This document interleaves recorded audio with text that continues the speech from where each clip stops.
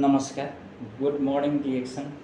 र विशेष गरेर हामीले डिएक्सन कम्पनीमा सिस्टममा हामी जोइन भइसकेपछि हामीले त्यो सिस्टममा जुन सिएसएस कस्टमर सपोर्ट सर्भिस छ त्यो बनाउन अति नै महत्त्वपूर्ण छ र त्यो जान्न पनि जरुरी छ। हाम्रो नाममा बिल कट्यो कि नै हैन, हाम्रो नाममा अथवा आइडी नम्बरमा चाहिँ त्यो पिबी पोइन्ट भ्यालु भन्ने चढ्यो कि नै भन्ने कुराहरू हामीले बुझ्न सक्छौँ। त्यस कारणले गर्दाखेरि यहाँहरू सबैजनाले पुरानो त सबैले जानिसक्नु भएको हुन्छ, तर नयाँ व्यक्तिहरूले चाहिँ नजानेको कारणले गर्दा मैले यो एउटा सानो भिडियो बनाएको छु।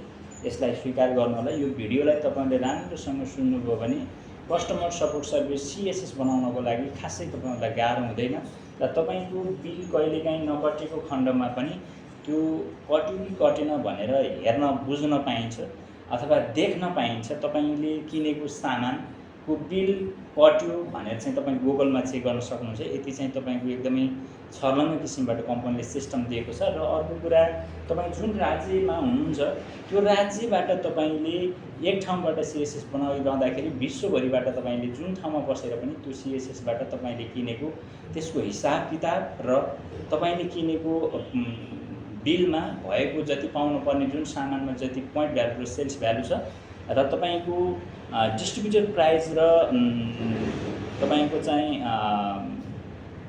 रिटेल प्राइस हुन्छ त्यो पनि तपाईँले देख्न सक्नुहुन्छ। त्यस कारणले गर्दाखेरि त्यो बिलमा देख्न सक्नुहुन्छ भने त्यसमा चाहिँ पोइन्ट भ्यालु र सेल्स भ्यालु पिभी र एसबी भनेर दिएको हुन्छ त्यो बिलमा नै। त्यो पनि तपाईँले यहाँनिर गएर तपाईँले कहिलेकाहीँ त्यो बिल नपाइएको अवस्था नै हुन्छ। जस्तो कहिलेकाहीँ लाइन गएको प्राविधिक गडबडी भएको कारणले गर्दा नपाइन सक्छ हैन, अथवा कहिलेकाहीँ चाहिँ साथीहरूलाई ल्याइदिनु न भनेर दिइरहँदाखेरि अथवा डिफ्रेन्ट कन्ट्रीबाट बिल काटिदिनु अथवा काटियो कहिलेकाहीँ त्यस्तो हुनसक्छ हैन। त्यस्तो नहोस्, जुन ठाउँमा हुनुहुन्छ त्यही ठाउँबाट प्रयोग गर्नु जरुरी छ। र विशेष गरेर हामीले त्यस्तो अवस्थामा पनि त्यहाँनिरबाट बिल कट्यो कि नै भन्ने कुरा हामीले सिएसएसबाट गुगलबाट हामीले पत्ता लगाउन सक्छौँ। त्यो कारणले गर्दाखेरि विशेष गरेर यो जुन सिएसएस बनाउने तरिका छ, यो कस्टमर सपोर्ट सर्भिस बनाउने, तपाईँले आफूले आफ्नो एकाउन्ट खोल्न आफ्नो एप बनाएर त्यसमा चाहिँ सबै कुराहरू किनेको सबै कुराहरू तपाईँको टोटली किनेका चिजहरूबाट तपाईँको कति पोइन्ट जम्मा भयो त भन्ने कुरा यहाँबाट हामीले देख्न सक्छौँ। त्यस कारणले गर्दाखेरि हामीले यो कुरालाई बुझ्न अति नै जरुरी हुन्छ। जब हामीले यो बुझ्दैन भने नि हामी अन्यलमा पर्छौँ। जस्तो कुनै सामान किन्यो, त्यो पिभी चढ्यो कि नै, कति हिसाब किताब छ त भन्ने कुरा हामी कति पर्सेन्टमा छौँ त भन्ने कुराहरू त्यो अरूले भनिदिए, स्पोन्सरहरूले भनिदिए मात्रै हो, नभए आफूलाई चाहिँ थाहा हुँदैन। त्यो कारणले गर्दाखेरि आफैले थाहा पाउनुपर्छ। आफ्नो जिम्मेवारी आफ्नो दायित्व आफैसँग भएको कारणले गर्दा आफ्नो जीवनको गाडी पनि आफै चलाउने हुँदाखेरि यो बुझ्न अति अनिवार्य लाग्छ मलाई। त्यस कारणले यहाँनिर लेखिएको छ डिएक्सन सिएसएस लेखिएको छ, सिएसएस बनाउने तरिका भनेर लेखिएको छ। यो सिएसएस बनाउनु त फर्स्टमा हामी कहाँ जाने त भन्दा गुगललाई ओपन गर्ने। तपाईँको मोबाइल या कम्प्युटरमा गुगलमा गएर गुगल ओपन गर्ने। गुगल ओपन गरिसकेपछि तपाईले त्यहाँ क्लिक गर्नुहोस्। क्लिक गरिसकेपछि तपाईँले चाहिँ त्यहाँ 2 नम्बरमा डिएक्सन इवोल्ड त्यहाँ चाहिँ सर्च गर्ने ठाउँमा तपाईँले टाइप गर्नु होला। 3 नम्बरमा फेरि डिएक्सन इवोल्ड भनेर देखिन्छ त्यहाँनिर एउटा निलो पर्दामा चाहिँ त्यो बनेर आउँछ। र 4 नम्बरमा डिएक्सन इवोल्ड वान मार्केट भनेर चाहिँ त्यहाँ आउँछ हैन।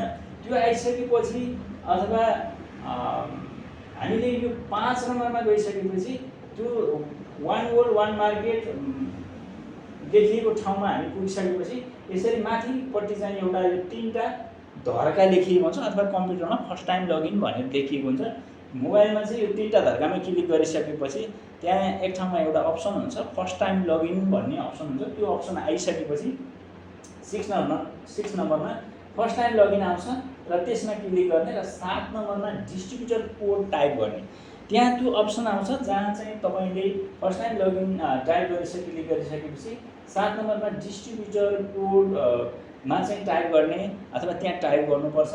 र 8 नम्बरमा डेट अफ बर्थ टाइप गर्नु भनेर त्यो अप्सन खुल्छ।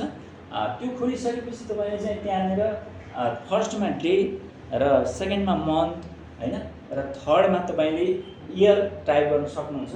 यो टाइप गरिसकेपछि 9 नम्बरमा इमेल टाइप गर्ने ठाउँ एउटा कोठामा आउँछ। त्यो इमेल टाइप गर्ने बित्तिकै तपाईँलाई रिक्वेस्ट कोड भनेर चाहिँ तपाईले त्यहाँ क्लिक गर्ने बित्तिकै रिक्वेस्ट कोड आउँछ, त्यो कम्पनीबाट आउँछ, डिएक्सन कम्पनीबाट आउँछ, तपाईँको मेलमा आउँछ त्यो, अथवा तपाईँले त्यो मेलमा चेक गरिसकेपछि त्यहाँ एउटा 4वटा अङ्कको एक्टिभेसन कोड भनेर आउँछ होइन। त्यो एक्टिभेसन कोडलाई 10 नम्बरमा त्यसपछि कम्पनीबाट एक्टिभेसन कोड आउँछ र 11 नम्बरमा कोड टाइप गर्ने, त्यो कोडलाई तपाईँले त्यहाँ टाइप गर्नुहोस् र तपाईँले त्यस पछाडि तपाईँको आफ्नो आफूले थाहा पाउने विषय, अरू कसैले थाहा नपाओस्, आफूले मात्रै थाहा पाउने किसिमबाट त्यस्तो किसिमको एउटा पासवर्ड तपाईँले बनाउनु होला। त्यो पर्सनल, त्यो पासवर्डमा अक्षरमा र अङ्कमा गरेर 8वटा जति तपाईँले चाहिँ त्यहाँ अक्षर र अङ्क गरेर तपाईँले त्यो बनाउनु भयो भने, त्यो बनाइसकेपछि त्यो पासवर्ड बनाइसकेपछि त्यो सिएसएस भन्ने डन हुन्छ। हामीले यो अति नै महत्त्वपूर्ण छ, हामीले यो बुझ्न जरुरी छ। त्यस कारणले गर्दाखेरि सिएसएस बनाउने तरिका, डिएक्सनको सिएसएस कसरी बनाउने होला, कसरी हामीले बुझ्ने होला, कुनसँग सोध्ने होला होइन भन्ने कुराहरू हुन्छ। त्यो कुराहरू तपाईँले कसैसँग नसोधिकन पनि यो भिडियोलाई राम्रोसँग तपाईँले हेर्नुभयो, एकपटकमा बुझ्नु भएन भने पनि फेरि तपाईँले चाहिँ त्यो क्लियर गर्न सक्नुहुन्छ, अथवा तपाईँले यो मोबाइल नम्बरमा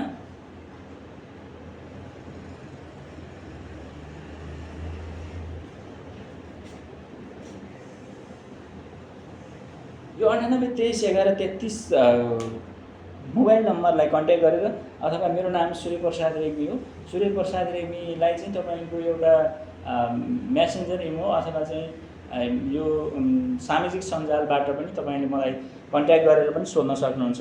र यसरी हामीले यो बनाउन सकियो भने तपाईँको व्यवसाय, तपाईँले खाँदै गर्दाखेरि आउने इन्कम, अथवा तपाईँले किन्दाखेरिको पोइन्ट कति जम्मा भयो त अहिलेसम्मको, किन भन्दा हामीले हिसाब किताब गर्ने व्यक्तिहरू त्यहाँ छोडेका हुँदैनौँ, तर कम्पनीमा चाहिँ हाम्रो हुन्छ।